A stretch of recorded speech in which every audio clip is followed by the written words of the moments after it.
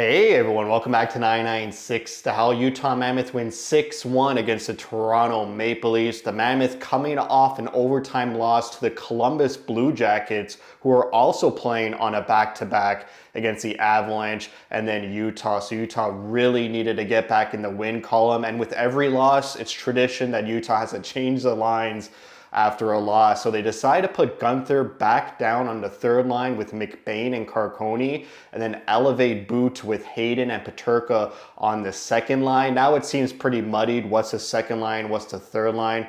But as we saw in this game, a great lineup change by Andre Tourigny. Liam O'Brien draws into the lineup and Yamamoto draws out. The Leafs were the hottest team in the league, getting points in 10 straight games, but they were coming off a back-to-back against the Avalanche, and unfortunately they don't have the same fate as the Columbus Blue Jackets. Although the Leafs, the first shift or two, they looked like the better team. They had the edge in pressure and possession, but that third line of McBain, Carcone, and Gunther just set the tone, and the first time that line comes out, they do some damage. McBain comes in alone on the goaltender, tries to deke out the goaltender poke checks McBain, loses his stick on the play. The puck stays in the offensive zone, and Nate Schmidt with an unbelievable cross ice, the full length of the ice horizontally, just a cross ice pass and a one-timer by Carcone sneaks through the goaltender to make it 1-0. And after that goal, the first line comes out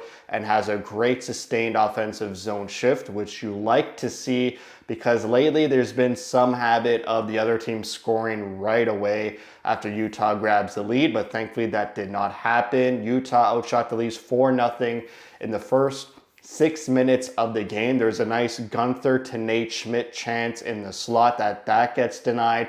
And then Utah goes on the power play, but 56 seconds into it, they commit a penalty. So it goes 4-on-4 and then into a penalty kill for Utah. And this is where the Leafs grabbed the momentum from Utah. They were the better team 4-on-4.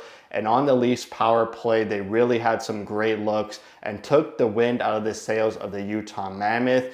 But Utah, after that penalty kill, they generate a nice chance. Keller finds Dursey. A clean shot is taken by Dursey in the high slot, but that gets denied. And then the penalty trouble continues for Utah. Barrett Hayden and Oliver Ekman-Larsson just get into it, start throwing fists at each other's faces. I mean, both of these guys have a strong bond. They both played for the Coyotes. I expected them to hug it out after, but it seemed like they're already pissed off at each other. Hayden, a couple whacks on the goaltender when he smothered the pucks, so OEL doesn't like that. OEL was very feisty in this game. After that PK kill, Utah goes on a power play late in the first, and they actually do score, but because of an early whistle, it doesn't get allowed. They don't even review it because the whistle went early. It was McBain and Daniel Boot on the second power play unit just whacking at the puck in the crease, but unfortunately they don't call it a goal. Utah goes into the second period up 1-0. They outshot Toronto 12-6, doubling up on shots, and they had 74% of 5-on-5 possession. So for me, my notes for the second period, just stay 5-on-5. You were the better team 5-on-5. You are like a top 10 team in the league 5-on-5. That's where you have to play the game. So we go into the second period, and 2 minutes in, this is a turning point of the whole game. Tavares is all alone on a breakaway. The next closest Mammoth player, not named Vejmelka, is about a mile behind him. He has all the time to choose what he wants to do. And Vejmelka, a rare goaltender where his glove side is opposite. It's on his, right hand as opposed to his left hand, like a normal goaltender. And Tavares just shoots it right into the glove of Vejmelka. It seemed like Vejmelka didn't even move, didn't even make the save. It was all Tavares just making the save on himself. But that was a huge save, because after that, Utah just goes on a run and never looks back. It was Dylan Gunther, and again, that third line, 3 consecutive shifts of just incredible pressure, ozone time, and getting great chances. And they score on 2 of those 3 shifts. The first shift was Dylan Gunther near the face-off dot. He lets a shot go, but it hits the post. And then the next time that line comes out, it's Dylan Guenther streaking down the wing with speed. He shows the puck and he does a sort of little toe drag to pick and change the angle. And he just snipes it top corner right under the bar on the blocker side of the goaltender to make it 2-0.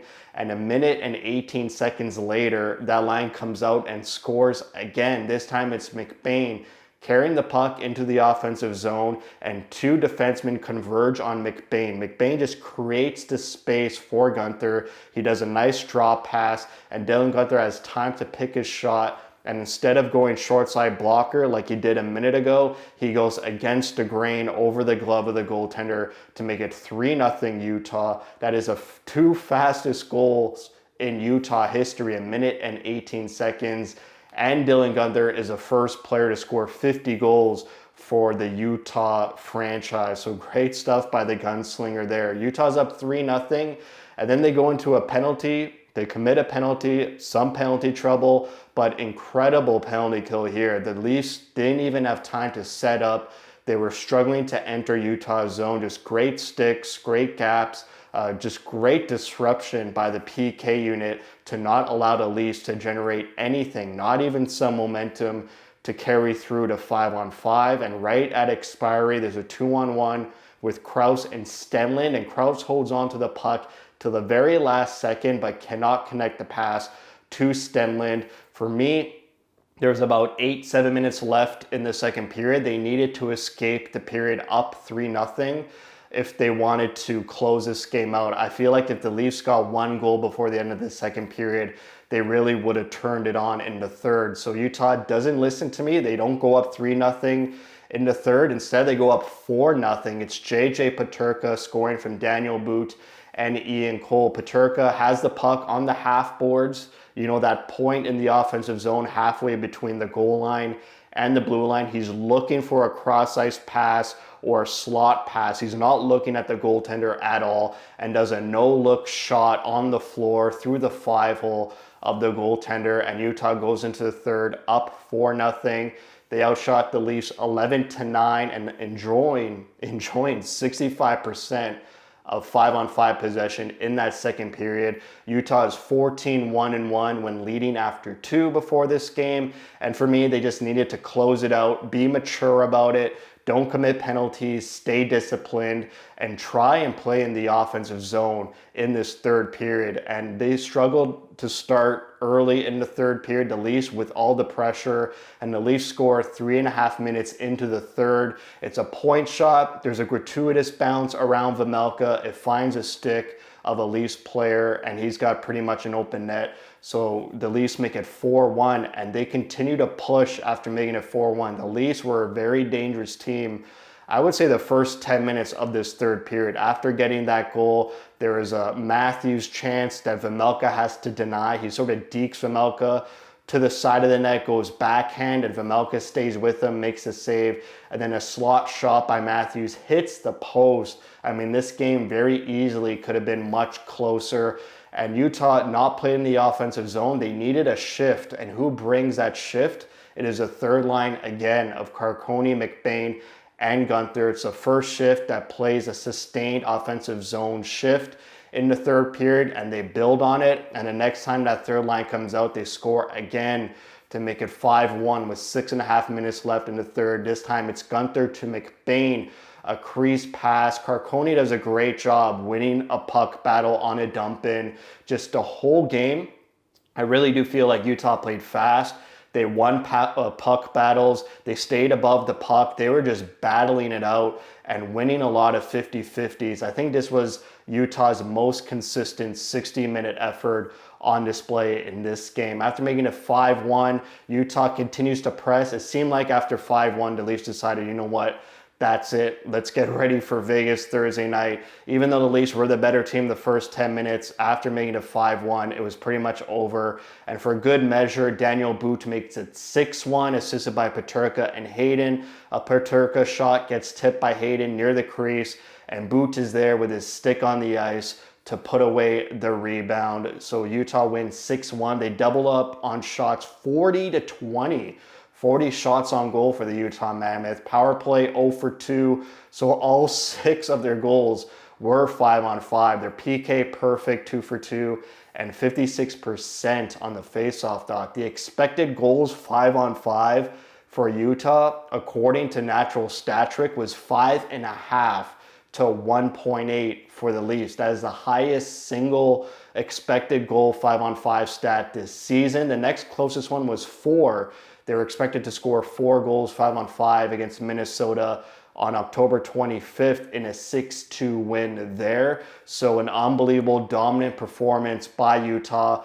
They're 3-0-1 on the home 7-game homestand. They got a behemoth of a matchup Thursday night against the Dallas Stars, and then a great pivotal playoff implication matchup against Seattle. Saturday, Vejmelka picks up his NHL leading 21st win on the season, and Utah is in the first wildcard spot with a 2-point cushion from the LA Kings, who are on the outside looking in. Just an unbelievable game by Utah. They really needed this. They didn't like the result of that Columbus game, losing in overtime, and they really just put on a dominant performance, a consistent 60-minute performance, and a performance they can hang their hat on and build on, because they're going to really need it against the Dallas Stars. That is going to be one of those measuring stick games where you see you're playing well, you're one of the hottest teams now that Toronto lost, you're on a 5-game point streak.